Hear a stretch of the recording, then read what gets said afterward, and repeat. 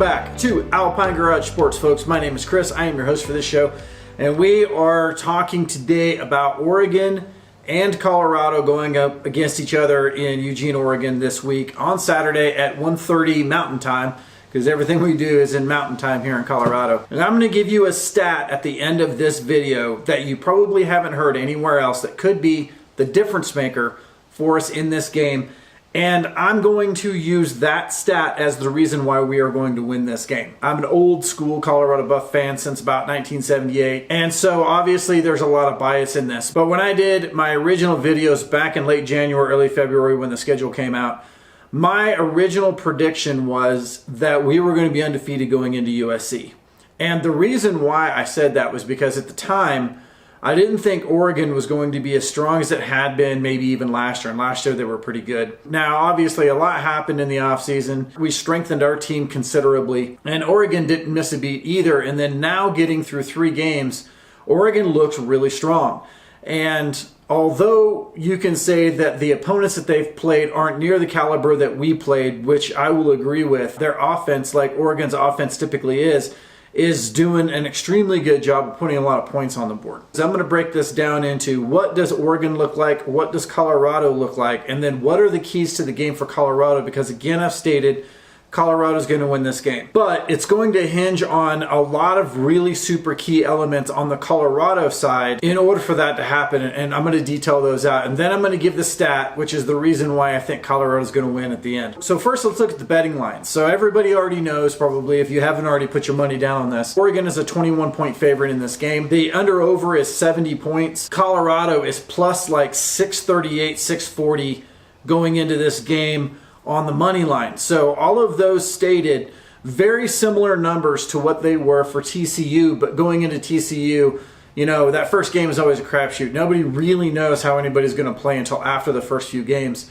And we knew that Colorado was going to outlast TCU in that game, and they did. Now, this one a little harder with 3 games in. I still think Oregon is overrated from that stat line. Like, I don't see a whole lot of ways that Colorado is going to lose by more than 21 points. And let's just say that, you know, you could convince me that Colorado's going to lose this game, and it wouldn't be hard to convince me because Oregon is by far one of the best teams that we're going to play this year. But I still don't think that it's going to be by 3 touchdowns. I don't think that they're that much better than we are, because we still have the Texas Tech game that Oregon played to kind of give us a little bit of feedback about how they're going to play against good teams like us. I mean, Texas Tech played them all the way down to the wire, and if it weren't for a pick 6 at the end, they would have won the game. So at this point, we go into playing a 2-1 Oregon.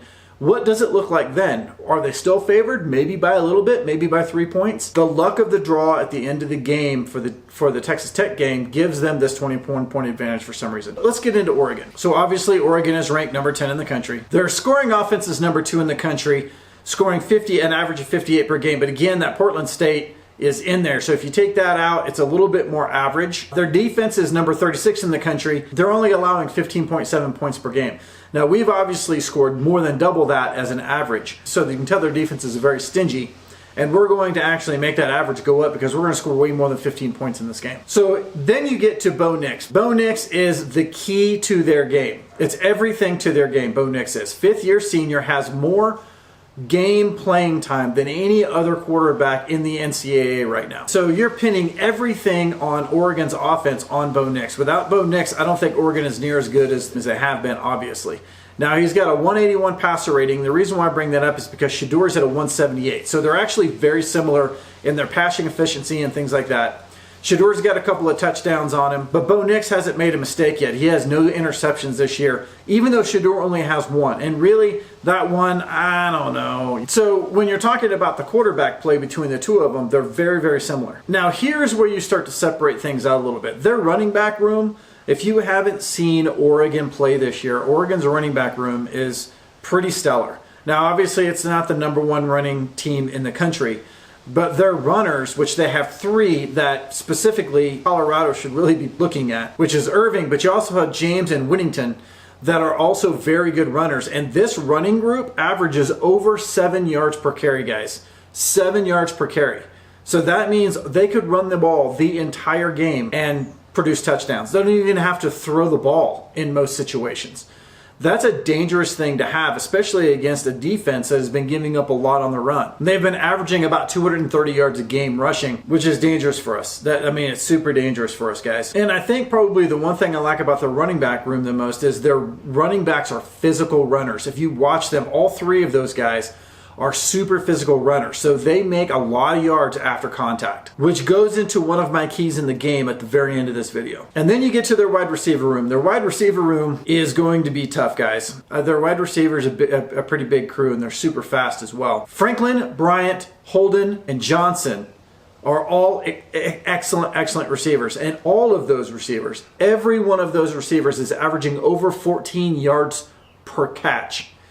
So when you're talking about their running game and their passing game, they could survive on their passing game alone. They could survive on their running game alone. You mix the two together and it makes it very hard. So now you can kind of see why people are talking about Oregon's offense the way they are. And they're averaging about 357 yards per game in the passing game, which is awesome. I mean, most teams in the NCAA are good to get that much out of their entire offense. They're getting it just out of their wide receiving crew. I key on the name Franklin, which is going to go into the game notes at the very end of what we need to do with Franklin at the very end of this. All right, then you get into their defensive line. Their defensive line, guys, is enormous. Their defensive linemen average 315. Actually, I think they average more like 320 pounds. They have some at 315 and they have some at 330. So that's what, 320 average? That's significantly bigger than our defensive line. And they're also very strong, very skilled players. So they get to the quarterback a lot. Their edges are an average of 290 pounds, so they're big for an edge. I mean, that 290 is about what we average on our defensive line. So you can see that our offensive line is going to have a whole lot of meat on that defensive line that they're going to have to handle. I'm going to go into that point. That's another key to the game right there for Shedeur based on that defensive line, and I'm going to tell you about that at the end of the video. Now, their DBs, Jackson, Johnson, and Bossa, those three in particular have accounted for 4 interceptions. And those 3 had the majority of tackles on the team as well. But the thing about these DBs is this is a very tall defensive back crew. So outside of Jackson, everybody is 6'2 to 6'3 as far as DBs are concerned. So when you're talking about going up against some of our shorter receivers like Weaver, you're going to have to get some good separation from them. All right, now let's flip to Colorado because I think we've done enough talking about Oregon at this point. And let's talk about what we have to offer in this game. So first of all, we come in number 19 in the country. We are number 15 in points per game, whereas we were talking about Oregon being number 2 in points per game. But Shedeur Sanders specifically is number 2 in total offense, putting out 397 yards of offense just by himself. And that is one of the keys to the game for me as well, which is Shedeur Sanders. And we'll go to that at the end of the video. But Shedeur brings 1,251 yards of passing offense. These were not cupcake teams. Even CSU, going into it, a lot of people really didn't give them a lot of credit. They played way better than they actually are. They actually came up for this game, and I think they played like, a top 30 team. I really do. I'm going to give him a lot of credit for that. He has 10 TDs. He also has a 178 passer rating, which is one of the best in the NCAA. So when you're talking about putting the ball in Shedeur's hands and letting him run this offense, that is one of my keys to the game, is that as long as we have Shedeur with the ball in his hands, we have an opportunity. And I'm going to go into a key stat at the very end to tell you the reason why I think that that's true. Now, our running back room. This is where it starts to get a little bit crazy because going into the season, I would have never thought that we would have what most people consider to be a poor running offense. But we do. At least it has been up to this point. And you can say that some of it may be our offensive line and the fact that we haven't either A, really gelled there yet, or B, maybe we don't have the size. Maybe that we need to have a good running offense against the teams we were playing against. But I'm still going to say that our O-line is going to be okay. They're going to be fine. What we need is to find the right mix of running backs. And in this particular case, we may have that because we have Alton McCaskill coming back for this game. Now, why is Alton a big deal? Because Alton is a 1,000-yard back. As a freshman, he was a 1,000-yard back. And that's no small feat when you're talking about a lot of teams are throwing the ball more than they're running the ball nowadays. To have 1,000 yards as running back means that you have found the way to take what limited carries you have and get the most amount of yards. And we are looking for that right now. Alton just shed his yellow jersey, so we're not really sure how durable he's going to be in this game. But potentially, he said he was ready to go a couple of games ago, so potentially he is he is at 100%. And we may get an extremely durable back that could run it 25 times in a game. Although I think probably he'll see maybe 10 to 12 carries. We know we have Hank, we have Wilkerson, we have Smoke. who hasn't really got a lot of play, and there's another one that we're looking for to have a big game. And then don't forget Charlie Offerdahl. Why would I bring him up? Because outside of Tavares Dawson, who only has 1 carry, Charlie Offerdahl has the highest average carry yards of the team. I had to bring it up just to bring it up. But what I'm saying is we still have those running backs. We just have to determine that we can do that. Now, why is Alton maybe going to open up that running game? Because when you get him in there, even though he may only, let's say, run 12, I'm just going to say they're going to run him limitedly because they don't want to lose him for the entire season if he's still not 100%. Is that if he can pop off a couple of 7 to 12 yard runs, that's going to show that we can do it. And then when we pull in those other running backs, they may be able to exploit those holes. And I think that having one running back that can really kind of get you going, can get the entire group moving in the right direction. Then let's jump to our wide receiver room. Now, obviously, this is our strong point. Our strong point is our wide receivers, specifically Xavier Weaver. Xavier Weaver has been exceptional this year, and he's going to continue to be this in this game, I think, as well, because we say that he's kind of taken over for Travis Hunter, but he's not. He's been the guy in the wide receiver core. And we didn't lose him, so we're still there. Now, here's another key factor. We have 5 receivers that have over 100 yards for the year. 5. Okay, most teams don't have that many receivers with over 100 yards going into game 4. But we do, so that means we can spread the ball around. There isn't one particular guy that's going to be able to catch the ball.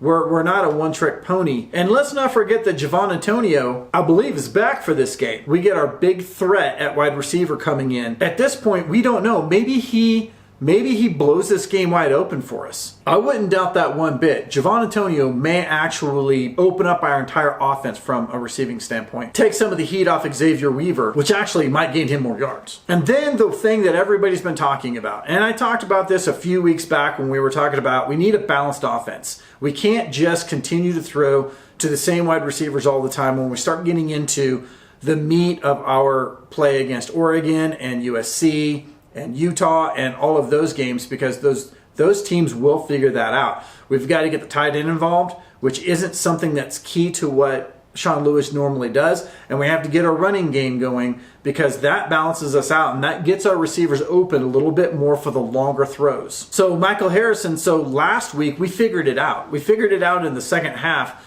that Michael Harrison has hands. I mean, he's a wide receiver turned into a tight end, so we know he has hands. Let's get the ball to him and let him make some plays. And CSU was not ready for that. They had the game plan going on stop the run and get our wide receivers pinned down. But they left the middle open for Michael Harrison, and Michael Harrison took full advantage of that. And I think he had the second best game under a Sean Lewis offense for a tight end.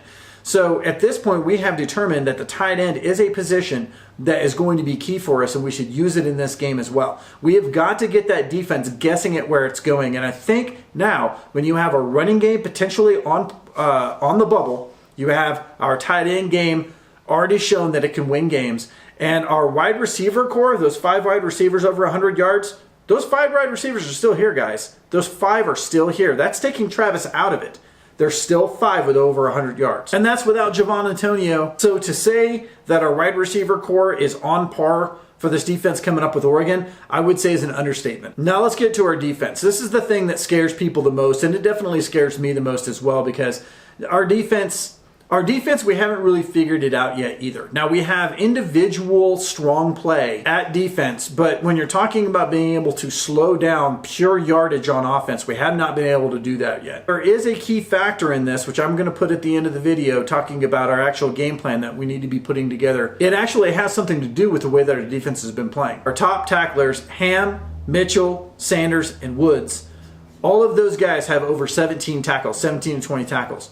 They're all still here for this game. We're not missing that. You hear me keep saying that, is that we're not missing anything, and I'm going to go into that here at the end. And don't forget that we have 6 picks from our DBs. So there's some of the stingiest DBs out there, and guys, those guys are still playing in this game. Now, even though Travis has got 1 interception, that still leaves 5 interceptions for the rest of the group, and 2 of them, which is Silman, Craig, and Woods, have 2 apiece. And they're playing in this game. All right, so now let's get to the keys of the game. Here are my keys to this game. First of all, I specifically was very upset at the way that Travis was taken out of the game during this last one. And as much as we want to hang every bit of our hopes on 2 players, which is Shedeur Sanders and Travis Hunter, I'm telling you right now, Shedeur Sanders is the key to our team. Travis Hunter is an awesome player, and without him, we are not as good a team. But I'm going to say this, without Travis Hunter in the game, it actually could make us harder to defend for Oregon, because at this point, they don't know who to key on, because they just saw in the last game that Michael Harrison has hands. They know that a 1,000-yard rusher that they haven't seen in well over a year could unleash holy hell on them. And we have 5 receivers over 100 yards that are going to be playing in this game. So we went from shut down Shedeur and shut down Travis to holy crap, we're going to have to spread our defense way thinner than we thought we would have going into this game. Now this opens the offense way up. I think that with Alta McCaskill coming in, and with Javon Antonio coming in, and with the receivers that we already have, and with the running backs we already have, and with Harrison now in the mix, we could open this offense way up, way more than we have in the past 3 games. I think this could be probably our best offensive game out of all of the games that we've played so far. And so that begs the question, the first initial question on offense: do we eat up the clock, considering that we're going up against one of the best offenses in the country? Do we want to keep the ball away from them? Or do we just want to score points? Okay, do we just want to go and get every single point we can as fast as we can get it? Because it's going to be a horse race to the end. You know, possibly a 45 to 55 game or something like that. I'm going to go and put my old school hat on, and I'm going to say that we've got to control the offense. We've got to control that line. We've got to control the time of possession, because we have to take the ball away from Bo Nix and that running game. And to do that, we have to establish a running game of our own, which I think that we can in this one. So there's what I think. We need to get the ball out of Shedeur's hands within 2 to 3 seconds. And I'm erring on the maybe 2 seconds part of it. Their defensive line is absolutely freaking phenomenal. And Shedeur has been getting sacked at a rate that's a little bit scary. I don't see our offensive line really slowing down their defensive line very much more than we've slowed down anybody else. So we've got to get the ball out of Shedeur's hands quickly. Now, that said, a caveat to that is that of that 1,200 yards that Shedeur has passed for, 50% of those yards have been under duress. So he has been hurried in the pocket for 600 of those yards. He is just as good on the run as he is in the pocket, but in order to keep a healthy Shedeur, we've got to be able to control that, which means we got to get that ball out of his hands quickly. That gets us to crossing routes. So we need to get a lot of crossing routes. Basically do to Oregon what CSU did to us. Just dime them all the way down, 5-7 yards, 5-7 yards, 5-7 yards. Get it into McCaskill's hands to get the ball moving, and then switch it out to our other running backs. Get him onto the flat on screens. Then we need to get Michael Harrison in the mix. Michael Harrison was dynamite in this last game. He can be as well. Short passes out to the tight end, again, 5-7 yards. And even though we're a fast-paced offense, we can still slow it down just a little bit. We can still eat that clock if we do that. Now let's jump to defense. Okay, because I think defense is where we're going to win this game. We've got to take some points off the board for Oregon. And there are a couple different ways that Oregon has been killing their opponents. The first one is they love to run in the flat. They love to go right around the edge. We've got to set that edge. Those offensive linemen for Oregon are really good at pinning in that edge and creating a whole lot of running room out to each side of the line. That's where they're getting that 7-yard average on every run. I mean, that's an insane average. 7 yards per carry is an insane average. And they're getting that out there on the flats. So we've got to set that edge. With Dominic, Walker, D-Mac, Taj, set that edge and really make a statement there. If we can do that, we can control the running game a lot better than their opponents have so far. Okay, here's what we're going to talk about Franklin, their wide receiver, Troy Franklin. The guy is a freak. He has this ability to get past that last level of defense and go for the long ball. We have got to take that away, because they're running, hit deep ball to Franklin. Running, hit deep ball to Franklin. We've got to take away that deep ball to Franklin. And that's primarily going to be the safeties that are involved there. And we have 2 of the best safeties in the country back there. So I think we can do this. This is something that is within our control, and I think we can do that. Take that long ball away from Franklin. And by doing so, I think we come up with at least one more pick in this, because they're going to be so comfortable going to Franklin. I think that you're going to possibly even see another pick 6 from Sanders. Or even Woods. We all watch the forced turnover drills that they do at Colorado. They did them again this week. Obviously, we are taking advantage of the fact that we have forced 10 turnovers this year. And we're not going to stop with Oregon, because that's one of the keys to the game, is we need to take the ball away from Oregon.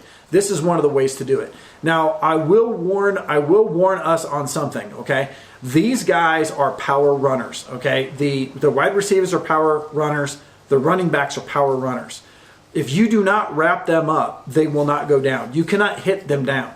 And if you're only going for the easy forced fumble, we're going to miss a lot of tackles, and that's where they're getting 7 yards per carry. They're getting a lot of that after the initial hit.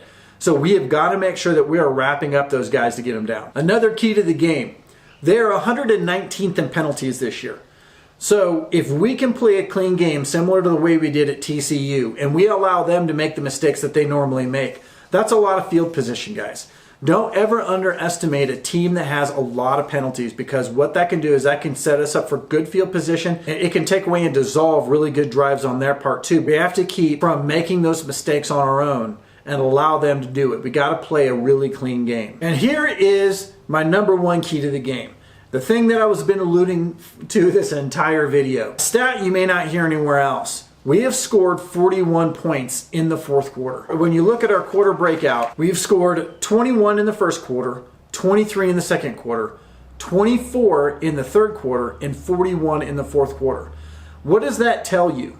That tells you that the thing that I've been talking about this entire season, which is the good teams at the University of Colorado take advantage of their altitude advantage. They take advantage of their conditioning. And then you add in the fact that we have one of the best conditioning and strength teams in the country. And you get a team that gets better throughout the game, or at very least stays even while everybody else falls off.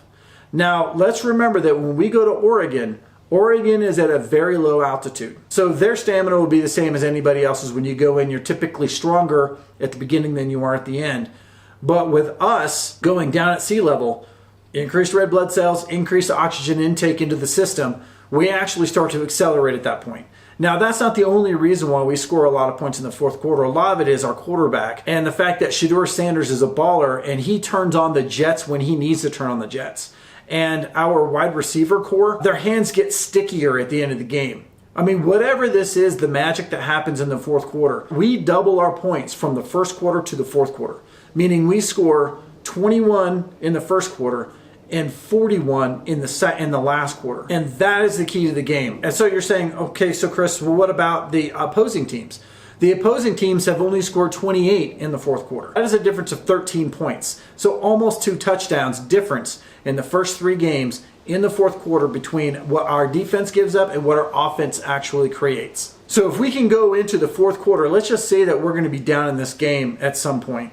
Okay, but if we can be down less than 14 points, we can come back, we can tie it, maybe going into an overtime. Okay, or we can score those extra 2 touchdowns and we can win this game. And that's what I predict is going to happen. Is I predict that we are going to win this by a small margin, and it's going to come primarily in the fourth quarter. And you're really going to see our athletes really start to shine in the fourth quarter like you had every single game this year. And another point, guys, is destiny. Only like one other team I've ever seen in my entire life. And I'm talking about in all of college football, okay? The only other team that I've seen with a destiny like this one was the 1989 Colorado Buffaloes. No, I didn't say 1990. I said 1989. And for those of you who've been watching this channel a lot, I apologize. I'm going to go into this for just a brief moment. But 1989 was the year where we lost our quarterback to cancer. And we had another young quarterback come in and take over the team by the name of Darian Hagan and take us all the way to a national championship game. And we got past adversaries that we hadn't beaten in a really long time, and the odds were always against us. But destiny was there. You knew it, you felt it all the way along. True Buff fans felt that in 1989. They felt the destiny that was before them. This game is very similar to that game. I feel like this year is almost on the exact same path. We get a new head coach. The new head coach brings a new bravado to the team and a new culture to the team, and enables us to believe that we are destined for great things this year. And a team like Oregon is not the team that's going to derail us. We believe, and we believe in this game. And I believe that with all of the things that I've laid out there, that we have the tools to do this. If you look at it from 30,000 feet, we lose this game. If you look at the details and what our coaches are able to do in the second half by making adjustments, and all the tools that we have that maybe we haven't used all in the right way yet, and we can do that in this game, we can win this game. And we can set the standard for every other game going forward, including USC. And I'm going to end with this because this has been a really long video.